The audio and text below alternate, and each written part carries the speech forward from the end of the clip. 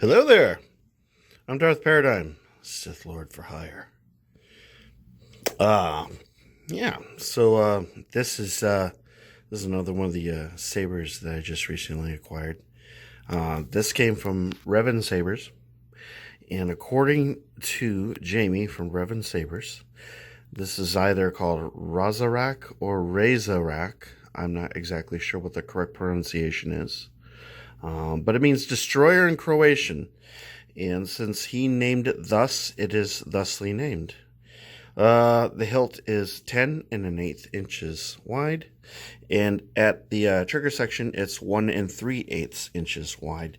And this is a pretty hefty and solid piece. It feels very substantial in the hand. Made out of a nice bit of aluminum, lathed out of multiple pieces, to be sure. I don't know exactly how many. And I'm just going to get right into it. This is a stunt saber, so no sound. It runs off of 3 AAA batteries, has a red LED. I'm assuming it's a 9-watt variety. Super bright. I had the saber fitted with a 32-inch trans-white blade that I purchased from Ing Chao Sabers. Other than Ing Chao Sabers, Vader's Vault, and Saber Trio, one of my favorite blade manufacturers. You can see the sort of, I don't know if you want to call it a sundial or some kind of Hydra-looking thing. This is actually a blade plug, and I will show you this in a later portion of the video. The pommel can be removed. Well, not the pommel can be removed, but the retention screw can be loosened, and then you can take out the this thing. So it kind of functions sort of like a blade plug. In fact, it's very much like a blade plug. And there's a wire in here. It's a yellow wire that you can grab a chassis. You can pull out the chassis. It has the little battery pack that holds 3 AAA batteries. Very, very snugly inside this hilt. There's nary a bit of room to move. So I'm just going to kind of show you the weathering. The fantastic weathering that Jamie did.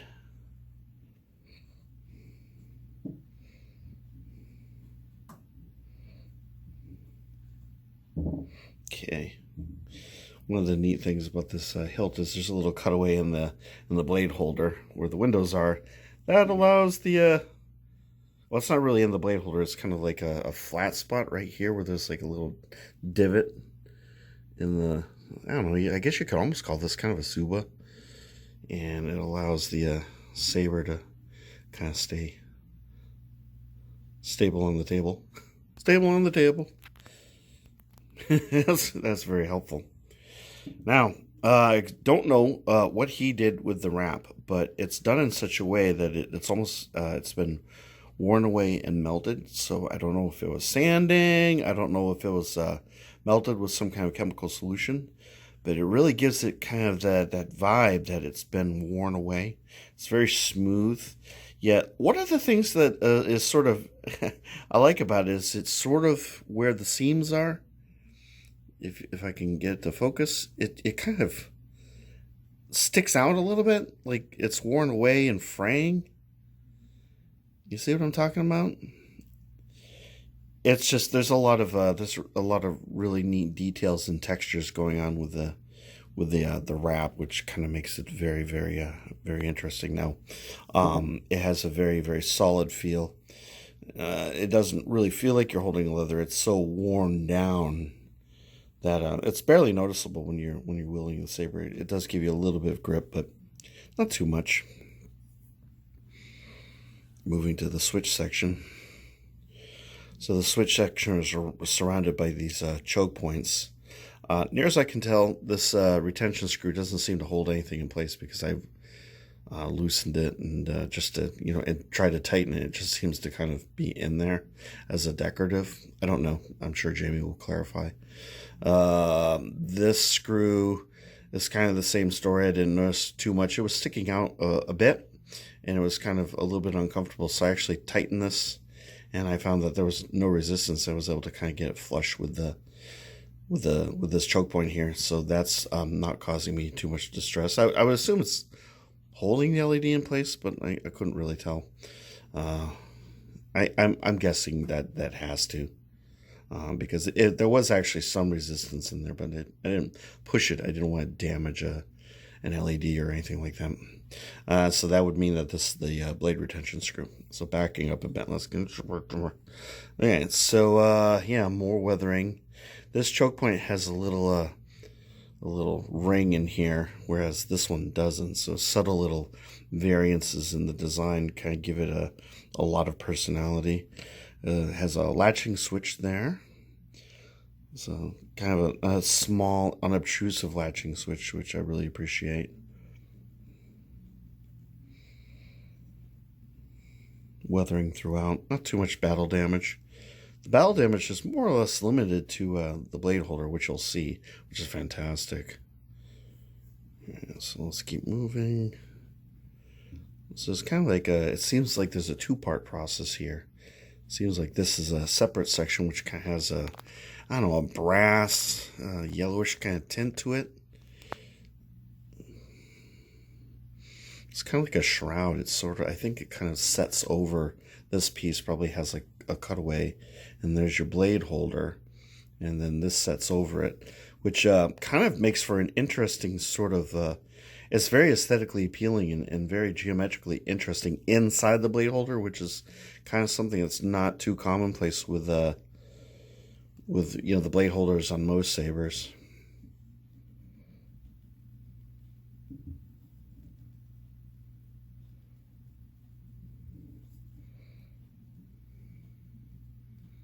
Okay, so let's get in here.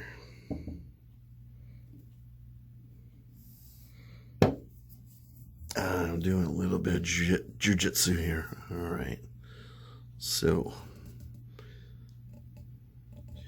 you can see that the blade holder here has taken considerable damage. This is one of my favorite. Is it here? No. Where are you? You're right there. See that little cut right there? That cut kind of levels off as it goes around. Almost like at one point someone came in with a slash that terminated right there at that cut.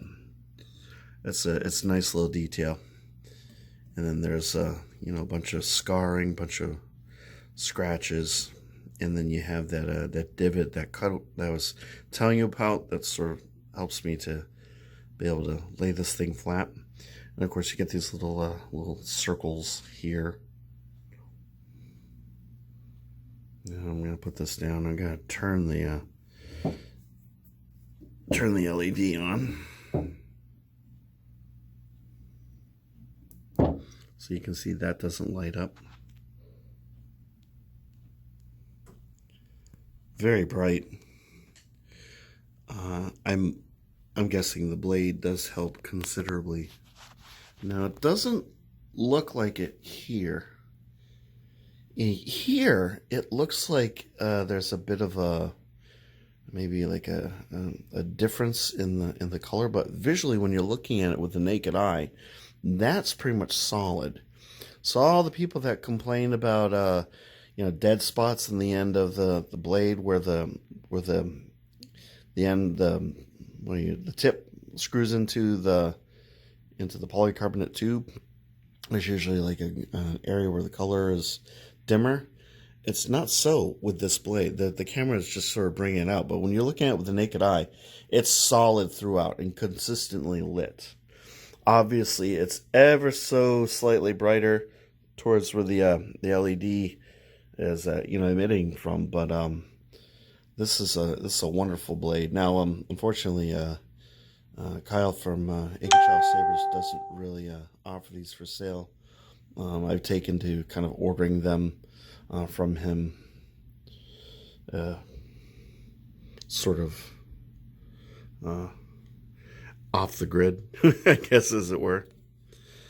And it takes a little while for him to manufacture them, but it's totally worth it. So let's see. Can you sort of, I don't know, this is not really doing it justice. You can kind of see inside there. There's This is not working. You can see the blade holder set down about an inch down into the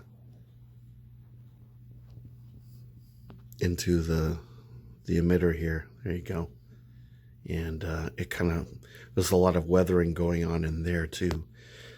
Jamie did not skimp on any of the weathering. Really, the emitter here is where things really start to shine.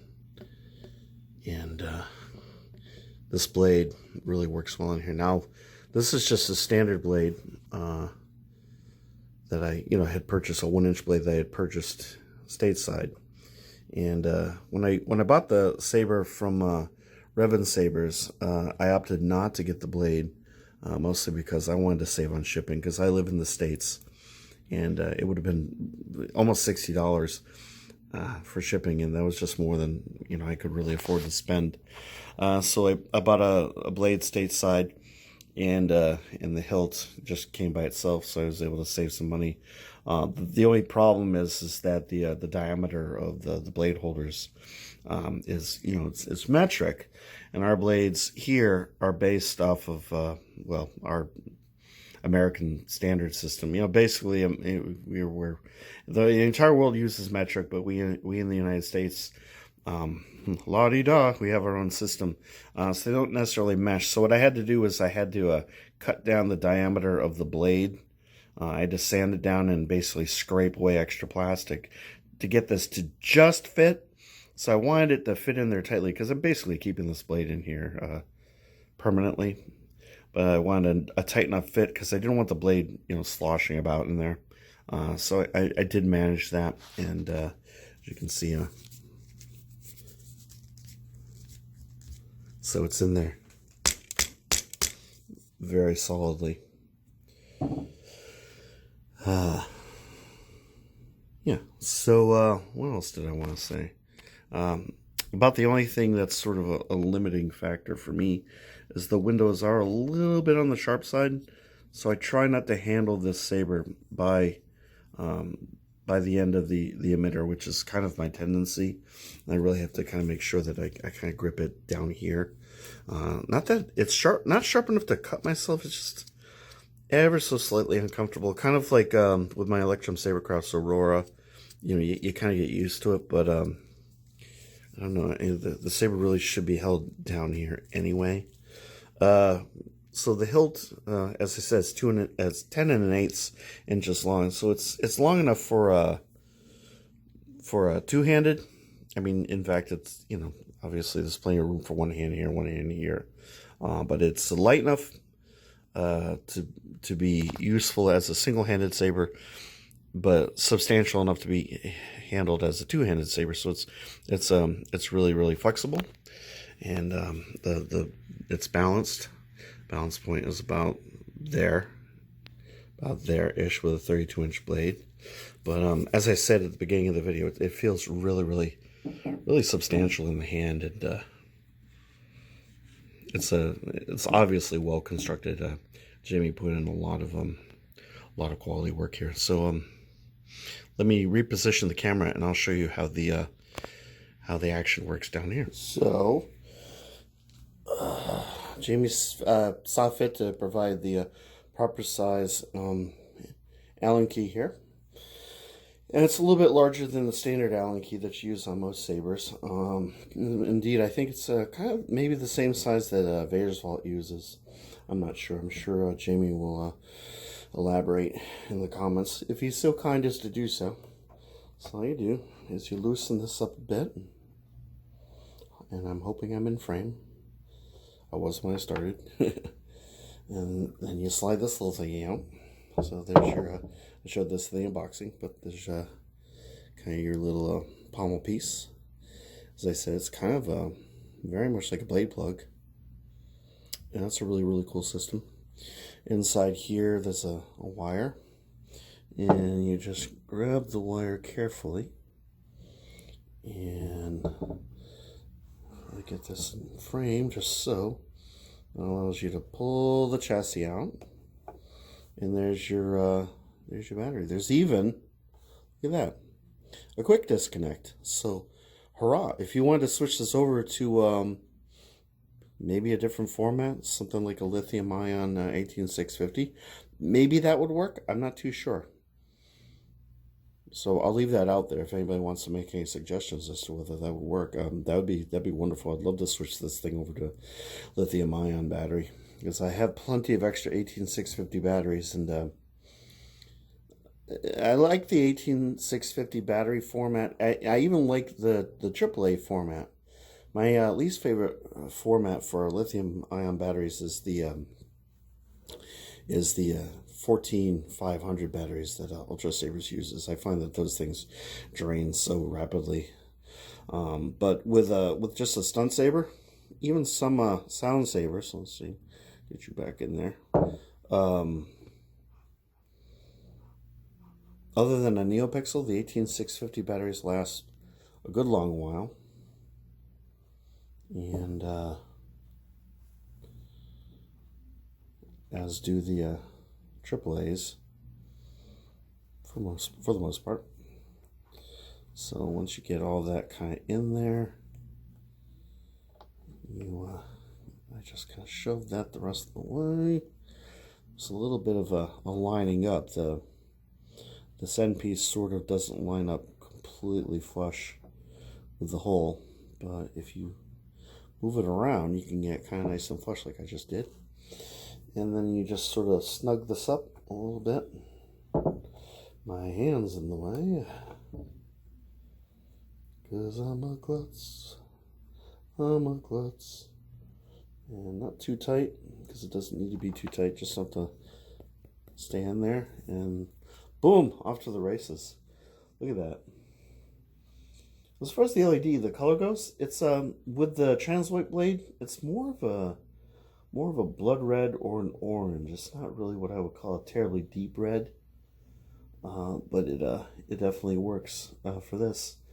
Now, going back to Ing Chao's Armory a little bit, my Persuader, I just recently received a red LED chassis for that, which I'm going to show off at some future video.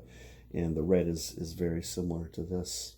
A lot of it's due to the effects of the transloid blade, but yeah, these are my favorite types of blades by far.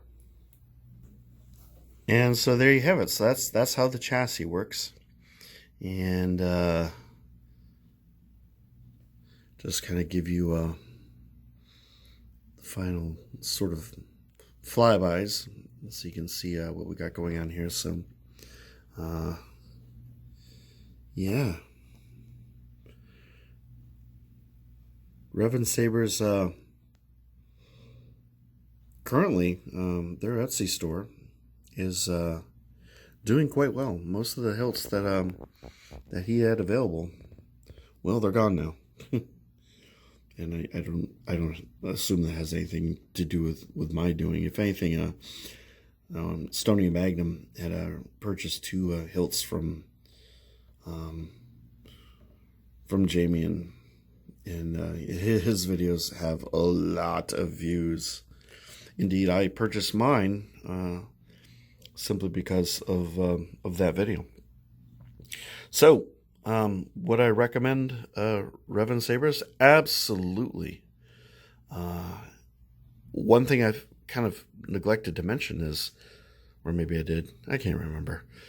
Every single one of these hilts is unique in of itself. It's they're all one-offs. There's no two exactly alike, and yeah, and that's very special. In fact, that's sort of the general route I'm kind of going with my sabers these days. I definitely I prefer to have custom hilts made. I mean, you know, my friend Adam at Blue Force Sabers, he just knocks out of the park every time. Jamie at Revan Sabers, I mean the things that he's doing are just phenomenal. And if you know me, I'm as much of a fan of stunt sabers as I am sound sabers. In fact, to some degree, I actually prefer a quality stunt saber. Less to go wrong, less to break, less problems, less issues, and just the amount of work from an artiste they can put into something like this rather than one of the mass production companies out there that they really they have so many orders to fill. They don't really have time to play around too much with the nuance of giving you a kind of a unique product. The larger the company gets, well, you know where I'm going. But yeah, I think Revan Sabers has got a really profound future, and I wish Jamie all the best. As far as I know, pretty soon Jamie's going to be capable of producing curved Hilt sabers, which is what he told me. So if he makes one, I will probably give him my money if I'm not too late. And if Jamie makes a Ram Coda, then I'm all there for that too, because two of my favorite types of sabers. And yeah, so is this going to be my my only Revan Sabers purchase? Absolutely not. So I will put the link to Revan Sabers, and I highly recommend that you guys check him out.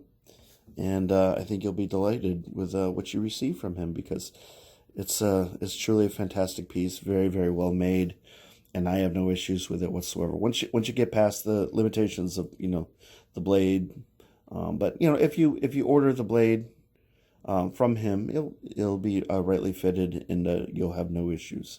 So yeah, that's basically it. So I will leave you with that, and I hope everyone enjoyed this review. And if you're so inclined as to subscribe, please, I would appreciate it if you did that. And you can go ahead and like, or you can go ahead and dislike, whatever feels necessary at this point. And comment. Go ahead and comment.